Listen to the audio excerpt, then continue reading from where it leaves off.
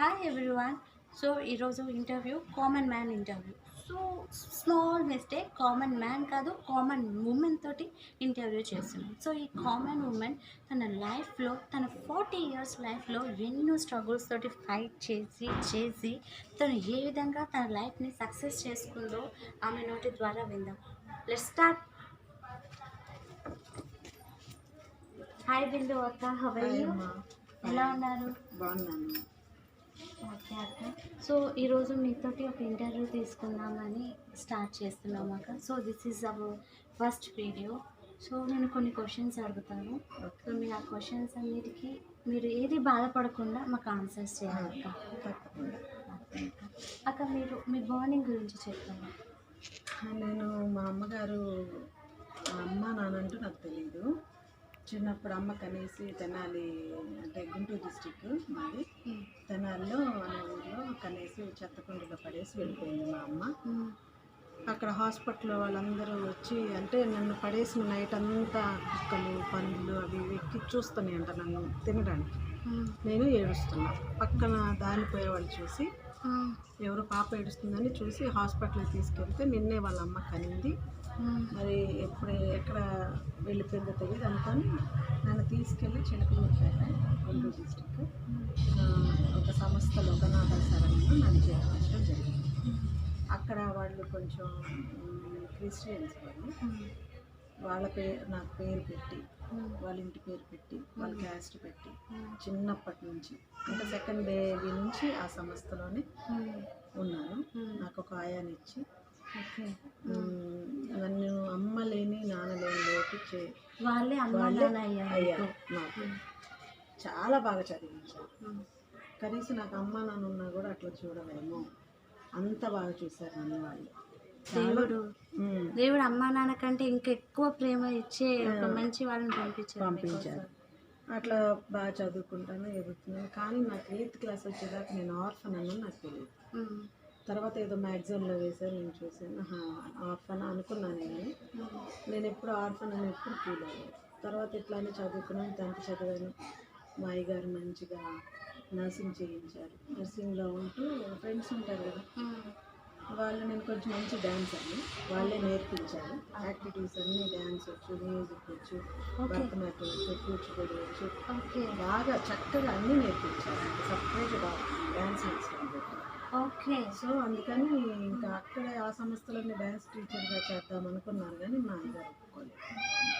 ఎందువల్ల ఒప్పుకోలేదంటే రేపు తనకు పెళ్ళైనా కూడా డ్యాన్స్ వేస్తే ఒప్పుకోరు కదా భర్త. తనకంటే ఒక సర్టిఫికెట్ ఉంటే తన కాళ్ళ మీద తనకు బ్రతుకుతుంది, మనం ఉంటామో చచ్చిపోతాము. అది పెద్ద అయితే పెళ్లి చేసుకుంటే భర్త ఎట్లాంటి వాడు అంటే మీకంటూ ఒకటి ఉండాలి అని ఆలోచించి ఇంకా డ్యాన్స్ మర్చిపోయి నన్ను నర్సింగ్ పంపించారు చీరాల. అక్కడ చదువుకున్నాను. చదువుకుంటూ ఉంటే ఫ్రెండ్స్ పరిచయం. నా టాలెంట్ చూసి ఒక అమ్మాయి మీరు బాగా డ్యాన్స్ వేస్తావు వింది, బయటకు వచ్చేసి సంస్థ నుంచి మీకు మంచి లైఫ్ ఉంటుంది, ప్లస్ డ్యాన్స్ బాగా వేస్తే బాగా డబ్బులు సంపాదిస్తామని నన్ను మోటివేషన్ చేస్తాను. ఓకే. మీ బయట ఫ్రెండ్స్ బయట నుంచి వచ్చి చదువుకుంటూ ఉంటారు కదా, సంస్థ వాళ్ళే కాదు. సంస్థలో ఉన్నప్పుడు నాకు ఏ ప్రాబ్లం లేదు, మంచి ఫ్రెండ్స్. బయటకు వచ్చిన తర్వాత ఇంకా ఏదేదో ఊర్ల నుంచి వచ్చి చదువుకుంటాను. అందుకని ఇంకా వాళ్ళు అట్లా మోటివేషన్ చేసి ఇంకా నేను ట్రైనింగ్ అయిపోయింది, ఎగ్జామ్స్ రాశాను. ఇంకా అన్నీ వచ్చేసి మేము చూసుకుంటాం నేను అనేసి చెప్పేసి వెళ్ళిపోయాను. వాళ్ళ ఇంటికి వెళ్ళిపోయింది హాలిడేస్. అట్లా అలా ఎలా అంటే మీ ఫ్రెండ్స్ వాళ్ళే పిలిచారు కదా మిమ్మల్ని? అదే చెప్పేసి వెళ్ళిపోయింది. నాకు మోటివేషన్ చూసి నాకు మైండ్లో అదే ఉంది. తర్వాత నేను హాస్టల్కి వెళ్ళిపోయాను, ఆ సంస్థకి వెళ్ళిపోయాను. ఓకే. ఇంకా అక్కడికి వెళ్ళిపోతే మళ్ళీ ఫోన్ చేసింది వచ్చేసే బయటికి అది ఇదని. అప్పుడు నేను ఏం చేసిందంటే సంస్థ నుంచి పారిపోయాను, వెళ్ళిపోయాను. గోడ దూకేసి వెళ్ళిపోయాను. వాళ్ళని కాదనేసి, పెంచిన వాళ్ళకి కాదని నాకు డబ్బాష చూపించేసింది బాగా. అంటే మీరు ఆ టైంలో ఒక డెసిషన్ అంటే ఆలోచించ మాకు తెలియదు. ఒక నూతులో కప్పల్లా పెరిగాం. ఒక ఆటో తెలియదు, ఒక బస్సు తెలియదు, బస్ ఎక్కాలో తెలియదు, టికెట్లు ఎట్లా తీసుకోవాలో తెలియదు, ఒక ట్రైన్ తెలియదు. అట్లా వెళ్ళిపోయాను. వెళ్ళిపోయి మా అక్క అంటే ఆ టైంలో మీరు ఆలోచించలేదు కదా? ఆ ఆలోచించాను. టైంలో మీ ఏజ్ ఎంత? నాకు ఏజా ఉంటుంది 16, 15 చాలా తక్కువ ఏజ్. తెలీదు, అంత నాలెడ్జ్ నాకు లేదు. ఏంటంటే డ్యాన్స్ అంటే ఇంట్రెస్ట్. ఆ ఇంట్రెస్ట్ మీద అట్రాక్ట్ డబ్బు అని కాదు, డబ్బు కూడా ఆశ చూపించింది మా ఫ్రెండ్. ఇంక వీళ్ళ దగ్గర ఉండి ఎందుకు వీళ్ళు, నాకు డ్యాన్స్ అంటే ఇష్టం కదా, నాకు అట్లా ప్రోగ్రామ్స్ చేయడం ఇష్టం. సో అవన్నీ ఆలోచించాను. ఆలోచించి కూడా ఒక రాంగ్ స్టెప్ వేశాను లైఫ్. అట్లా వెళ్ళిపోయాను. కానీ అక్కడికి వెళ్ళిన తర్వాత అది మీరు బయటకు వచ్చిన తర్వాత మీకు రాంగ్ స్టెప్ అని అర్థమైంది. తర్వాత ట్రైన్ ఎక్కాను. ఎవరిని అడిగాను, ఇట్లా తిరుపతి వెళ్ళాలని ట్రైన్ ఎక్కించాను. వెళ్ళాను. అక్కడికి వెళ్ళిన తర్వాత అమ్మాయి ఫోన్ చేస్తే అమ్మాయి వచ్చాను. లిఫ్ట్ చేయకపోతే ఇంకా అక్కడ బస్ స్టాండింగ్లోనే కూర్చొని ఉన్నాను. ఇంకా వేరే ఫ్రెండ్ ఫోన్ చేశాను, మదనపల్లి అని, చిత్తూరు డిస్ట్రిక్ట్. వేరే ఫ్రెండ్ ఫోన్ చేసి ఇట్లా వచ్చాను అక్క అంటే, ఆ అమ్మ మన ఇంటికి రా. ఆ అమ్మాయి నన్ను దగ్గర చేర్చుకొని వాళ్ళ ఇంట్లో పెట్టుకొని వాళ్ళ నాన్నగారికి చెప్పి, ఎవ్వరు లేరు నాన్న, అమ్మ నాన్నగారు ఆమె ఎవరో చెప్తే వచ్చేసింది బయటికి అని వాళ్ళ ఇంట్లో వాళ్ళని నన్ను చూసి. మదనపల్లిలోనే ఒక హాస్పిటల్ జాబ్ చేస్తూ ఉన్నాను. సో అప్పటికి మీ నర్సింగ్ అయిపోయింది, సర్టిఫికేట్ ఉంది. జాబ్ చేస్తున్నాను ప్రజెంట్. ఓకే, ఇప్పించాను. అక్క వాళ్ళ అమ్మకి నేనంటే గిట్టదు. మళ్ళీ చెప్పండి. ఆ అక్క వాళ్ళ అమ్మకి నేనంటే అసలు పడదు. పొలం లేదు, అనాథ, ఎవరు పుట్టిందో వచ్చి మన ఇంట్లో ఉండి తింటుంది, ఇట్లా అనమాట. నన్ను చాలా మానసికంగా హింసించేసింది. నా వల్ల మా ఫ్రెండ్ స్ట్రగుల్ అయిపోతుంది. ఆ అమ్మకి చెప్పుకోలేకపోతుంది, నాకు చెప్పుకోలేకపోతుంది. సో నేను ఒక డెసిషన్ తీసుకున్నామా, నేను హైదరాబాద్ వెళ్ళిపోతాను. ఎక్కడికొక్కడ ఏదో ఒక హాస్పిటల్లో నాకు అకామిడేషన్ ఇస్తారు, నేను జాబ్ చేసుకుంటానమ్మా అని చెప్పేసి ఆ అమ్మాయికి చెప్పేసి వచ్చేసాను అన్నమాట. వచ్చేసిన తర్వాత ఒక అంటే మా అనాథ ఆశ్రమంలో ఒక అక్క వాళ్ళ హస్బెండ్, ఆ బావగారు నెంబర్ నా దగ్గర ఉంటే నేను కాల్ చేశాను. బావగారికి ఇట్లా వచ్చాను బావగారండి, నాకు ఏదైనా జాబ్ చూపించాలంటే బావగారు తీసుకెళ్ళి అక్కడ నాకు ఇట్లా అకామిడేషన్ ఇచ్చారు. అకామిడేషన్లో ఉంటూ జాబ్ చేసుకున్నాను, నో ప్రాబ్లం.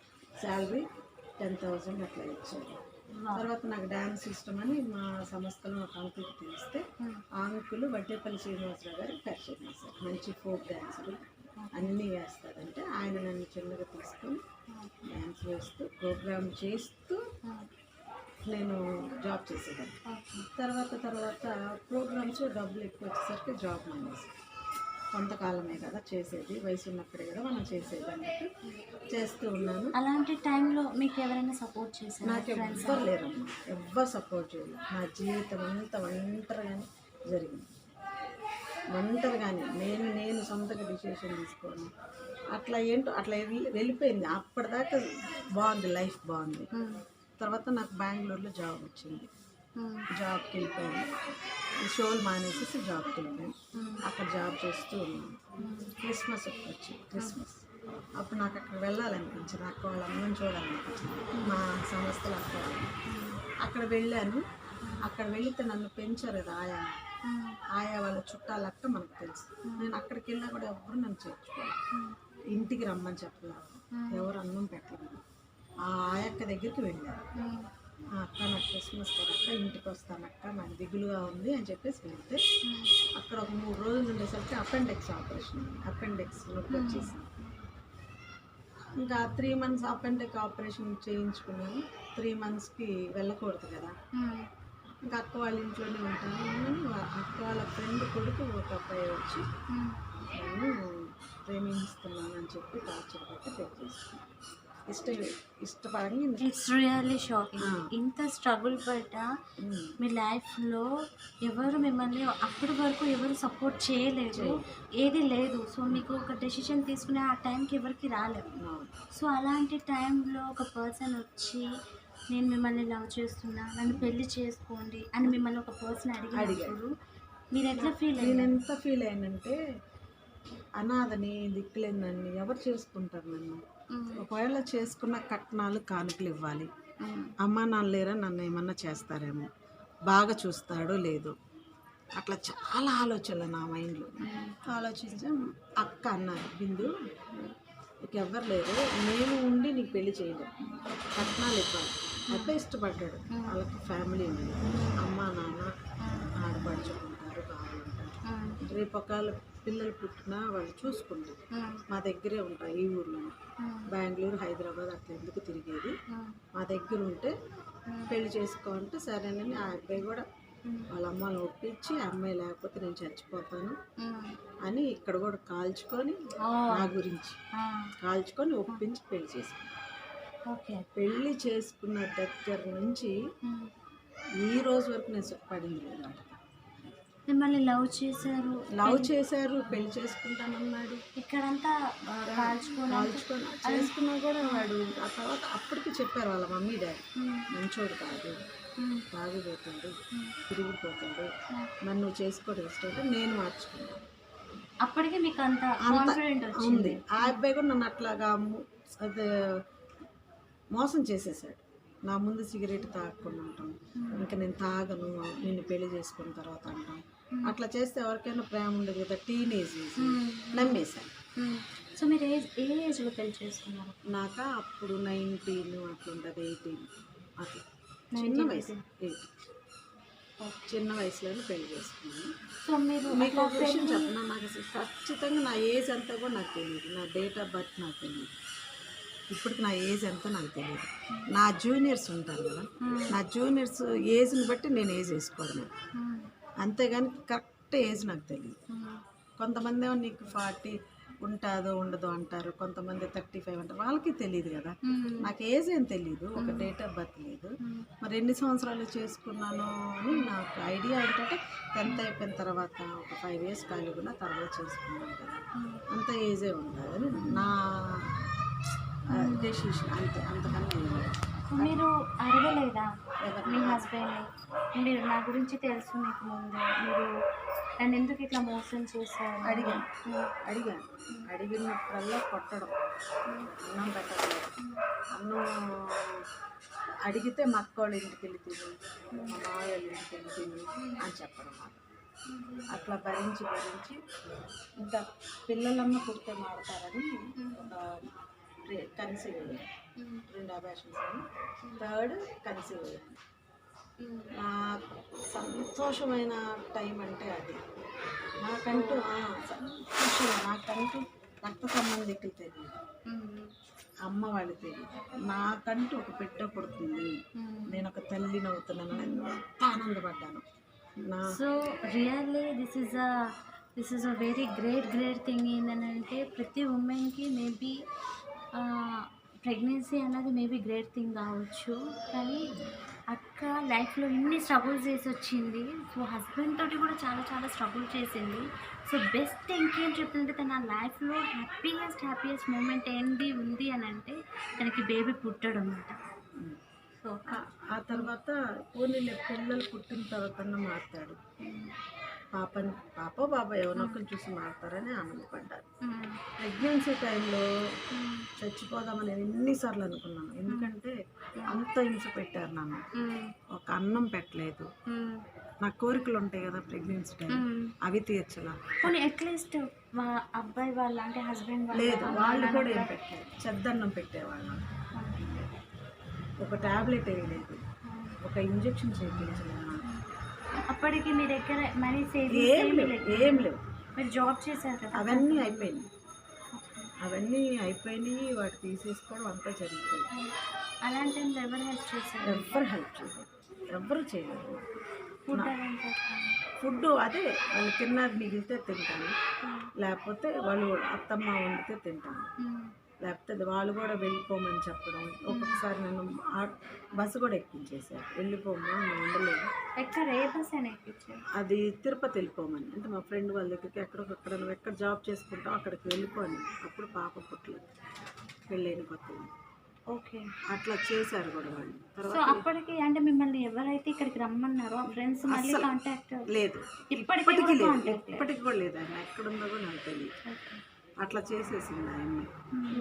తర్వాత ఇంకా పాప ప్రెగ్నెన్సీ టైంలో డెలివరీ టైం దగ్గరకు వస్తుంది, పట్టించుకోవాలి.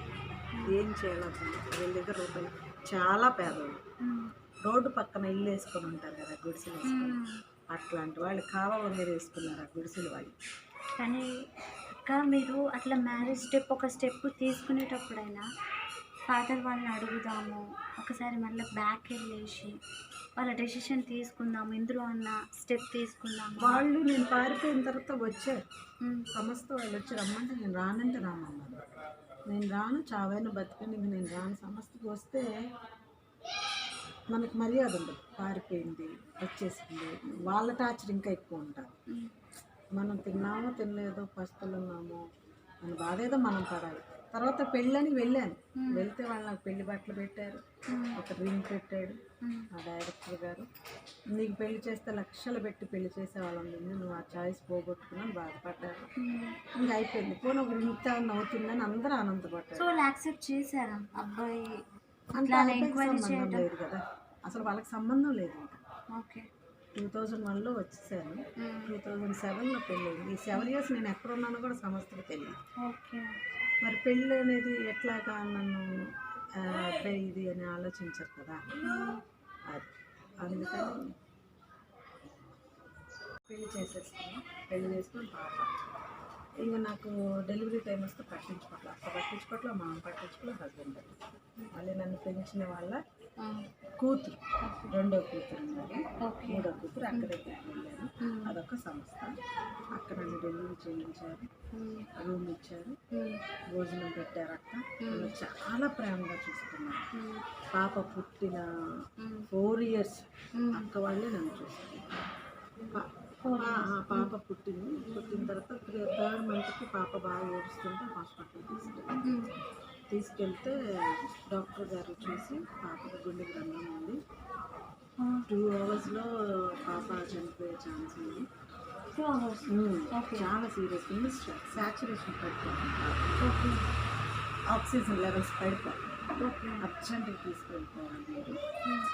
పాప కూడా మెంటలీ వీకాడు, పాప డౌన్ సిండ్రోమ్ అంటారు పాప.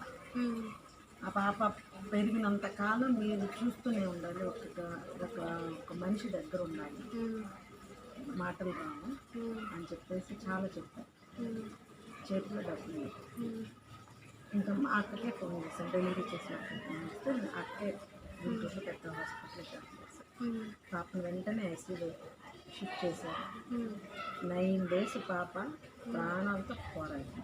నాకు బ్రతికి మనీ ఆరోగ్యశ్రీ, ఓకే, ఆరోగ్యశ్రీ కార్డు చేయించేశారు నాకు. అప్పుడు ఆరోగ్యశ్రీ కార్డు లేదు, లేకపోయినా నన్ను మా హస్బెండ్ని ఫోటో పెట్టేసి ఒక కలెక్టర్ దగ్గర సంతకం పెట్టించి తెచ్చారు, చిన్న పేపర్. ఆ పేపర్ మీద చేయించేశారు. పాప బయటపడి అయిపోయింది. కనుక అమ్మ ఒక క్వశ్చన్ అడుగుతున్నాను, అది మీరు బాధపడవద్దు. బాగా అదేంటి అని అంటే హస్బెండ్ తోటి ఫస్ట్ నుంచి కూడా ఇన్ని ప్రాబ్లమ్స్ ఫేస్ చేశారు, హస్బెండ్ కూడా ప్రాబ్లం ఉంది ఇప్పటికి, స్టిల్ కంటిన్యూ అవుతుంది. సో వాళ్ళకి సపోర్ట్ లేదు, మీకు ఎటువంటి సపోర్ట్ లేదు. సో అందులోనూ దేవుడు మనకి ఇట్లాంటి డౌన్ సిండ్రోమ్ ఒక పాపని ఇచ్చినప్పుడు మీ ఫీల్ ఎట్లా ఉంది అక్కడ? ఎట్లా ఉందంటే కొంచెం బాధ, కొంచెం సంతోషం. నా చేతిలో పడింది నా బిడ్డ, నేను చూసుకోగలను. Wow, that is the greatest thing. ఎవరినైనా నేను చూసుకోగలను. మరి దేవాన్ని నాకు ఎందుకు ఇచ్చావు? నువ్వు ఇచ్చావు కాబట్టి ఏదైనా నా మంచిగా అనుకుంటానమ్మా. నేను పాప విషయం నేను ఈ రోజు నేను బాధపడ్డా. ఈ రోజు వరకు నాకు ఎందుకు ఇచ్చావు ఇట్లాంటి పాపని అని నేను బాధపడ్డా. నాకు ఆ పాప అంటే ప్రాణం. ఆ పాప ఉండటం వల్ల నేను ఈరోజు బాగున్నాను. అదే పాప లేకపోతే ఎప్పుడో చనిపోయేదాన్ని. నేను చెప్తున్నా, నాకంటూ బిడ్డ పుట్టకపోతే వాడు పెట్టిన టార్చర్కి ఎప్పుడో చచ్చిపోయేదాన్ని. కేవలం నా పాప కోసం ఈరోజు బ్రతుకున్నాను. అట్లా ఉంటా ఉన్నాను. పాపకు 4 years పడింది, నడవటం లేదు, తినటం లేదు, ఏం లేదు. 5 years నచ్చింది పాప. 4 yearsకి అబ్బాయి నన్ను వదిలేసేసాడు, అంటే హస్బెండ్ వదిలేసాడు. బిఫోర్ ఓకే ఫైన్, ఎట్లా ఉన్నా ఇంకా ఈ 4 years ఇంతే, అమ్మాయిలతో తిరగడం, తాగటం, వచ్చి కొట్టడం. ఆ సంస్థలో ఉన్నా కూడా నన్ను ఏ రోజు ప్రేమగా నన్ను చూసుకుంది లేదు. ఇంకా నేను ఈ టార్చర్ భరించలేను. ఎందుకు అంటే ఆడపిల్ల పుట్టింది అట్లా ఏం లేదు. ఆడపిల్ల పుట్టిందని మా అత్త మామకు ఉంది. ఆపరేషన్ చేసేటప్పుడు రాలేదు థియేటర్ దగ్గరికి. ఈ అబ్బాయి కూడా లేడు. తర్వాత ఒక 1 week దీని మీద ప్రేమ పెరిగింది. 70% మారాడని సంతోషపడ్డాను. తర్వాత వెంటనే పాప పుట్టిన 1.5 ఇయర్కి బాబు కన్సీవ్ అయ్యాడు. బాబు పుట్టాడు. ఓకే. బాబు కూడా ప్రార్థన చేసుకున్నాను, పాపను ఎక్కించా. అందరూ ఏమంటున్నారంటే నెక్స్ట్ బేబీ కూడా డౌన్స్ పుట్టే అవకాశాలు ఉన్నాయి అంటున్నారు, తీపించుకో అంటారు. మా వారు అయితే రా వెళ్ళిపోదాం, అభాషణ చేయించేసుకో, వద్దు చాలు, ఇంకా నేను సంపాదించలేదు, నేను పెట్టలేదు, నేను చేయలేదు అన్నా కూడా నా దేవుడు నన్ను ఇది చేయరు, అన్యాయం చేయడు అని చెప్పేసి ప్రేయర్ చేసుకొని బాబుని ఇవ్వండి, నార్మల్ చేయలేదు అని నేను ప్రేయర్ చేసుకుని నార్మల్ బేబీ పుట్టాడు. వెంటనే సీజర్ అవ్వగానే తీసుకెళ్ళారు చిల్డ్రన్స్ హాస్పిటల్ తీసుకెళ్ళి చూస్తే లేదు డౌన్స్ కాదు, నార్మల్ చేయాలన్నారు. సరే ఓకే అనుకున్నాను. ఇంకా బాబుని పాపని నేను చూడలేకపోయాను, నాకు ఫిట్స్ రావడం, పడిపోవడం, చూసే దిక్కు లేదు. అప్పుడు బాబుని అత్తమామకి అప్పు చెప్పేశారు మా హస్బెండ్. 6th మంత్కి బాబు అక్కడ ఉన్నారు. పాప మరి నేను పాప కదా, ఏం తిన్నా వాంతులు అయిపోయాయి, మోషన్స్ అయిపోయి, సిక్ అయిపోతా ఉండేది, ఇట్లా అనమాట. పాపతోనే చాలా ఇబ్బంది పడతారు. బాబుని ఇచ్చేసాను కానీ వాళ్ళే ముందు పెంచుకున్నారు, బాగానే చూసుకుంటారు అత్తమ్మ. తను ఆ బాబు విషయంలో మట్టికి బాగానే చూసుకున్నారు. మమ్మల్ని పట్టించుకోవాలి, నన్ను పాపని ఎవరు పట్టించుకోవాలి అట్లా. అత్త మామకి ఇష్టం కదా పాపానికి? ఇష్టం లేదు, ఇష్టం ఉండదు. మరి ఇష్టం ఉండే వాళ్ళైతే ఇప్పుడు నాకు ఎందుకు ఇచ్చేసారు వాళ్ళు? పాపను తీసుకొని ఒక హాస్టల్లో ఓల్డ్ ఏజ్ హోమ్స్లో జాబ్ చేసుకున్నాను. చిన్న పాపను తీసుకుని మరి గడవాలి కదా, హైదరాబాద్ వచ్చేసి ఒక ఓల్డ్ ఏజ్ హోమ్లో మణికొండలో ఓల్డ్ ఏజ్ హోమ్లో పాపను పెట్టుకుంటూ జాబ్ చేసుకొని వాళ్ళే అన్నం పెట్టేవాళ్ళు, అకామిడేషన్ ఇచ్చేవాళ్ళు, పాప కూడా పెట్టేవాళ్ళు. అట్లా ఉండగా పాప ఉంటుంది డౌన్స్ మెంటల్ రిటైర్డ్ ఒక చోట ఉంటుంది. ఇంకా అట్లా 4 years 5 years పాపను చాలా స్ట్రగుల్ అయ్యింది. తర్వాత పోలీసుల దగ్గరికి వెళ్ళి పాపను చూసుకోమనండి, అబ్బాయి పెళ్లి చేసుకున్నాడు కదా. పాప 4 years ఉన్నప్పుడు నాకు క్యాన్సర్ వచ్చింది. కానీ మీరు అడగలేదా ఫస్ట్ వైఫ్కి డివోర్స్ ఇవ్వకుండా సెకండ్ వైఫ్? అసలు వైఫ్ కాదు అమ్మాయి, ఎవరినో పెట్టుకున్నాడు, పెళ్లి చేసుకోలేదు. ఇప్పుడు వాడికి ఏంటంటే నాకు క్యాన్సర్ వచ్చింది. పాప చిన్నగా ఉన్నప్పుడు బాబు 3 years, పాప 4 years. ఆ టైంలో నాకు క్యాన్సర్ వచ్చింది. డాక్టర్ అన్నారు అది సంసారం చేయకూడదు అని చెప్పారు. ఇంకా ఆడికి ఇది ఒక లీనియన్స్ అయిపోయింది, ఏం పనికి వచ్చింది నాకేం అవసరం అనుకున్నారు. అనుకొని ఇంకా అంతా చెప్పేశారు, ఊరంతా చాటింగ్ చేసేసారు. సరే ఓకే, వాడి దగ్గర ఉన్నా అదే లేకపోతే ఎట్లనో అమ్మాయికి పిల్లలు తీసుకొని అట్లా అదే జీవితాన్ని గడుపుకుంటూ వస్తుంది. ఇప్పుడు పాప పెద్ద అయింది, హాస్టల్లో జాయిన్ చేస్తేనేమో హెల్త్ బాగోదు, ఫిట్స్ వచ్చి ఆ పిల్ల పడిపోతుంది. హాస్టల్ ఎవరు పట్టించుకోరు. ఈ పాపని మళ్ళీ నా దగ్గర చేసుకుంటే నేను డ్యూటీ చేసుకోలేకపోతున్నాను. సో ఇంకా నేనేం 1.5 year నుంచి నా ఫ్రెండ్స్, మా అక్క నన్ను అంటే ఆర్ఫన్ అక్క నాకు నెల రైస్ పంపింది, నాతో పాటు చదువుకున్న పిల్లలు కొంచెం హెల్ప్ చేయాలి. అట్లా నా జీవితం ఇంకా సాగుతుంది. ఇప్పుడు ఏం చేస్తున్నారు? ఇప్పుడు ప్రజెంట్ నేను ఖాళీగానే ఉంటున్నాను ఇంట్లోనే, అదే ఎవరొక హెల్ప్ చేస్తున్నాను. ఎవరి మీద ఆధారపడటం ఇప్పుడు ప్రజెంట్ నా జీవితం. ఎవరో ₹1 ఇచ్చేవాళ్ళు, ఏదంటే అడుక్కున్నా పోషించుకుంటున్నాను పాపని, తప్పేముంది. ఇప్పుడు ఫోన్ చేసి ఇట్లా లేవంటాను, నెలకు అక్క సరుకులు వేసేస్తారు, ఫ్రెండ్స్ ఉంటారు పంపిస్తారు. ఈ మధ్య నాకు ఆపరేషన్ అయింది, మాతో పాటు చదువుకున్న పిల్లలు నాకు 50,000 ఇచ్చారు, ఫ్రీగానే ఇచ్చారు. ఆపరేషన్ అయింది అంటే అక్క ఇక్కడ నుంచి ఏంటంటే దేవుడు డైరెక్ట్గా హెల్ప్ చేయడు, మనుషుల ద్వారా హెల్ప్ చేపిస్తాడు. సో మీకు మీ చుట్టుపక్కల ఉన్న వాళ్ళంతా కూడా మీరు అనుకుంటున్నట్టు దేవుడు చూడలేదు. కానీ ఈరోజు నేను తిండికి కానీ బట్టలకు కానీ దేనికి నేను స్ట్రగుల్ అవ్వలేదు. దిక్కు లేని వాళ్ళకి దేవుడే దిక్కు అన్నట్టు నా బిడ్డను తీసుకొని బ్రతుకుతున్నాను. ఆ బిడ్డ లేకపోతే ఇప్పుడే చచ్చిపోయాడు. అట్లాంటి పరిస్థితులు నాకున్నాయి. ఇప్పుడు ఇంకా పాపని ఇచ్చారు కాబట్టి ఆ పాపను చూసుకుంటూ ఉన్నాను. ఇప్పుడు గవర్నమెంట్ ఎగ్జామ్స్ రాసా, దేవుడి దగ్గర అది వస్తే దాని గురించి ప్రేయర్ చేయండి. తప్పకుండా మీకు గవర్నమెంట్ జాబ్ రావాలని మేము మనస్ఫూర్తిగా కోరుకుంటున్నాం అక్క.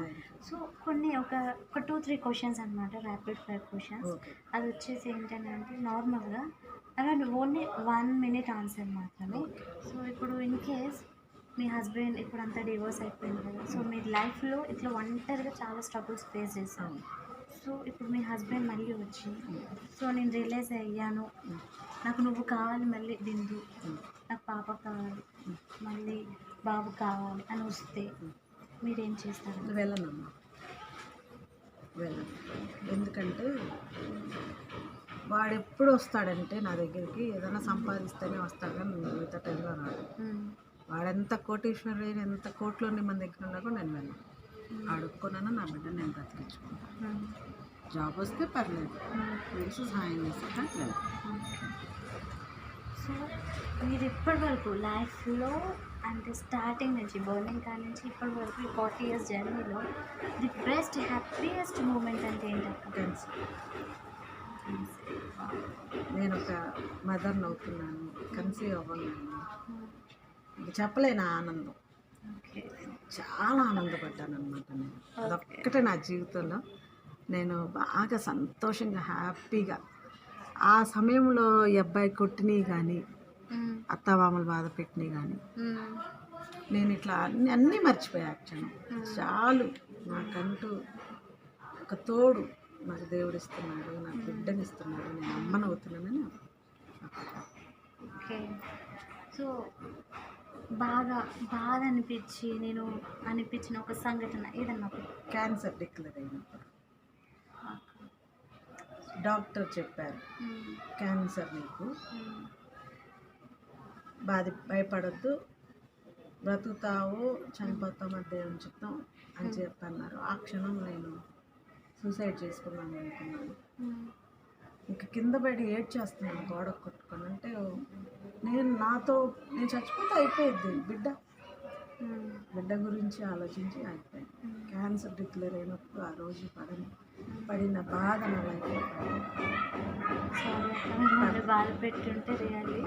కానీ మీ నుంచి మీ లైఫ్ నుంచి మాకందరికీ ఒక ఇన్స్పిరేషన్ ఒకటి ఎలాంటిదంటే మాకందరికి ఒక మోటివేషన్. ఇవాళ రోజున ఎంతోమంది లైఫ్స్ చిన్న చిన్న విషయాలకి ఫీల్ అవుతుంటారు, సూసైడ్ చేసుకుంటారు, అసలు ఏంటి లైఫ్ అనుకుంటూ వాళ్ళే ఏమో డెసిషన్ తీసుకుంటారు. కానీ మీలాంటి వాళ్ళ లైఫ్ నుంచి మేము ఏం నేర్చుకోవచ్చు? మాకు ఎటువంటి ఒక మోటివేషనల్ ఒక స్పీచ్ ఏదైనా ఒక 1 wordలో మాకు చెప్పగలుగుతారా? ఇన్స్పిరేషనల్ వర్డ్ అంటే ఒక్కటమ్మా, ఫ్రెండ్స్ మాట వినుకో. మనం తీసుకునే డెసిషన్ ఆలోచించుకొని తీసుకోవాలి, రాంగ్ స్టెప్ వేసుకోవాలి. సూసైడ్ అనేది అది కాదు, ఆ టైంలో అనిపిస్తుంది. కానీ మనకన్నా మనం కొంచెం స్టాండర్డ్గా ఉండాలి. మీరుంటారు, మీకు మమ్మీ డాడీ ఉన్నారు, మమ్మీ కోసం బతకాలి, డాడీని చూసుకోవాలి. మరి నాకు పాప కోసం బతకాలి. ఆత్మహత్య అనేది అదేమన్నా అంత కరెక్ట్ డెసిషన్ కాదు. బాగా గట్టిగా మనం బ్రతకాలి. ఇప్పుడు నాకు ఎవ్వరు లేకపోయినా ఎందుకు బ్రతుకుతున్నాను? బిడ్డల కోసం, అంతే. బాగా మంచిగా బ్రతికి జీవితంలో ముందు స్టెప్ తీసుకోవాలి. ఎవరి మాట వినొద్దు. మీదేందో మీరు ఆలోచించుకోండి, మీ పరిస్థితి మీకు తెలుసు, అది ఆలోచించుకొని స్టెప్ వేసుకోండి. నాలాగే ఎవ్వరు స్ట్రగుల్ అవ్వదు. నేను టీనేజ్లోనే పాడైపోయాను, టీనేజ్లోనే నాకు అంతా అయిపోయింది. ఇప్పుడున్న సిచ్యువేషన్లో ఆత్మహత్య మంచిది, ఆలోచించుకొని చేసుకోండి. సో 40 years ఏజ్ ఉన్న బిందు అక్క తన బిఫోర్ లైఫ్ ఎలా ఉండే, ఎన్నో కష్టాలు పడ్డది. ఒక ఒంటరి మహిళగా తన ఇంటి నుంచి పారిపోయి వచ్చి తను ఫైట్ చేసిన ప్రతి ఒక్కటి ఎవ్రీథింగ్ తన లైఫ్లో తనకంటూ ఒక గోల్ అనుకుంది, కానీ ఆ గోల్ రీచ్ అవ్వలేకపోయింది. అలాంటప్పుడు తను ఎన్ని స్ట్రగుల్స్ పడ్డది, ఎంతమందితో ఫైట్ చేసింది, అయినా కానీ తను స్టిల్ ఇంకా హ్యాపీగా ఉంది. సో ఈ వీడియో నుంచి మనం ఏం నేర్చుకోవచ్చు? ప్రతి ఒక్కరికి మంచి లైఫ్ ఉంటుంది. అంటే అక్క ఇన్స్పిరేషన్ వర్డ్ ఏం చెప్తుంది తెలుసా? ఎవరిని కూడా గుడ్డిగా నమ్మండి, కానీ గుడ్డిగా నమ్మకండి. మీ డెసిషన్ అన్నది మీరు తీసుకోండి.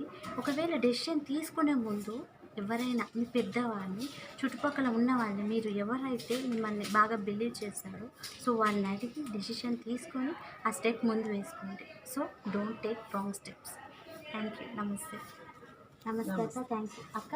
Thank you so much. Me video నుంచి మాకు మంచి మంచి మేము చాలా ఎక్స్పీరియన్స్ గెయిన్ చేసాం. సో మాకు చాలా తెలిసింది. సో ఈ కామన్ మ్యాన్ ఇంటర్వ్యూ ద్వారా మా అందరికి మేము తెలియజేయాల్సింది ఏంటంటే, సో మనం పడ్డ స్ట్రగుల్స్ నుంచి ఒక మోటివేషన్ అనేది అందరికీ దొరకాలి అన్నది మా మెయిన్ కాన్సెప్ట్.